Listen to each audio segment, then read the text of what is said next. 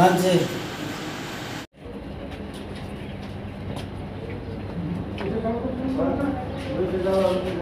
গতকালকে আমরা আমাদের আগরতলা জিআরপি থানার একটা মামলাতে একজনকে অ্যারেস্ট করা হয়েছে বেলাপুর পালপরা থেকে, যা আমতলী থানার অন্তর্গত।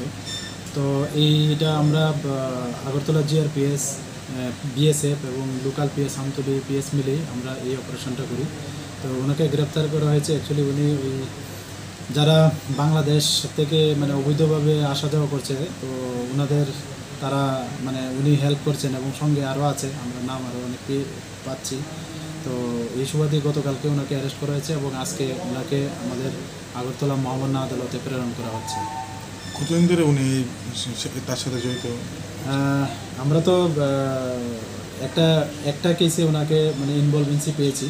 তো আমরা আজকে পুলিশ রিমান্ডে ওনাকে চেয়েছি, দেখি পুলিশ রিমান্ডে আসে এবং ইন্টারভিউশনে আরও কী বেরিয়ে আসে আর কি, বা আরও কার নাম আসতে পারে। ওর নামটা? ওর নাম হলো রাজু মিয়া, বাবার নাম দাগু মিয়া, বেলাবর পালপাড়া বাড়ি, আমতলী থানার অন্তর্গত।